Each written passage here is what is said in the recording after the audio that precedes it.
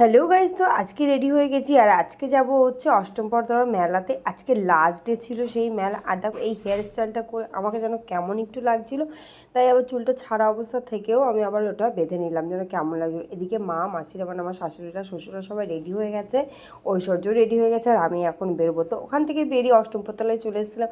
ওখানে দেখো আজকে লাস্ট ডে, তবুও কত লোকজন, মানে ওখানে প্রসাদ দেওয়া হচ্ছিলো আর কিছু না। তো আমি এখান থেকে ডাইরেক্ট মেলায় চলে গেলাম।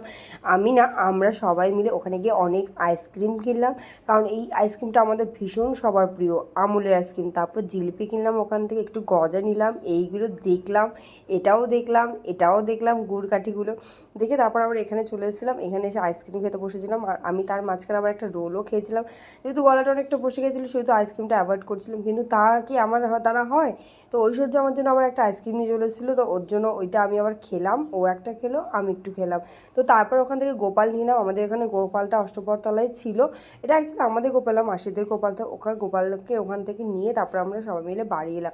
আর এই দেখো আমার গোপুর। তোমাদেরকে একটা কথা বলি, যারা আমার কাছে মেকআপ ভিডিও চেয়েছো তাদেরকে কালকে ভিডিও দেবো, আজকে দিতে পারলাম না, তার জন্য সরি। তো চলো, এই মিনি ব্লগটা তোমাদের কেমন লাগলো, যদি ভালো লাগে অবশ্যই একটা লাইক, কমেন্ট, শেয়ার করে দিও। আর এখনও পর্যন্ত যারা আমাকে ফলো করে তারা ফলো করো, আর অবশ্যই তোমাদের আরও নতুন নতুন ভিডিও দেওয়ার চেষ্টা করবো। টাটা।